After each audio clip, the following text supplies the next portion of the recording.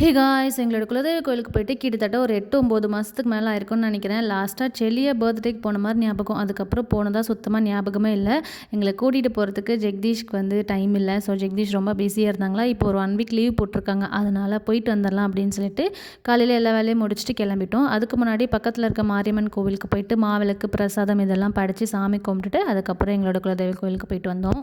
And எங்களோட வீட்டிலேருந்து குலதெய்வ கோயிலுக்கு ஒரு 15 to 20 மினிட்ஸ் அந்த மாதிரி இருக்கும். அதனால் போகும்போது ஜெகதீஷ் என்னை ஓட்டிக்க சொன்னாங்க. வரும்போது ஜெகதீஷ் ட்ரைவ் பண்ணிட்டு வந்தாங்க. ஸோ இந்த ரோட்டில் நான் ஆல்ரெடி நிறைய டைம் வந்திருக்கேன். டிரைவிங் ஸ்கூலில் மேக்ஸிமம் இந்த ரோட்டில் தான் கூட்டிகிட்டு வருவாங்க.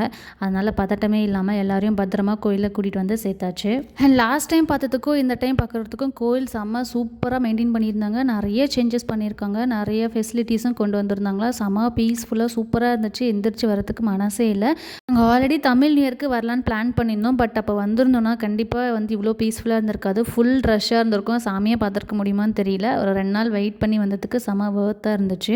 நாங்கள் சாமி கும்பிட்டு கிட்டத்தட்ட 1 ஹவருக்கு மேலே அங்கேயே டைம் ஸ்பெண்ட் பண்ணிவிட்டு அதுக்கப்புறம் தான் எந்திரிச்சு வந்தோம்.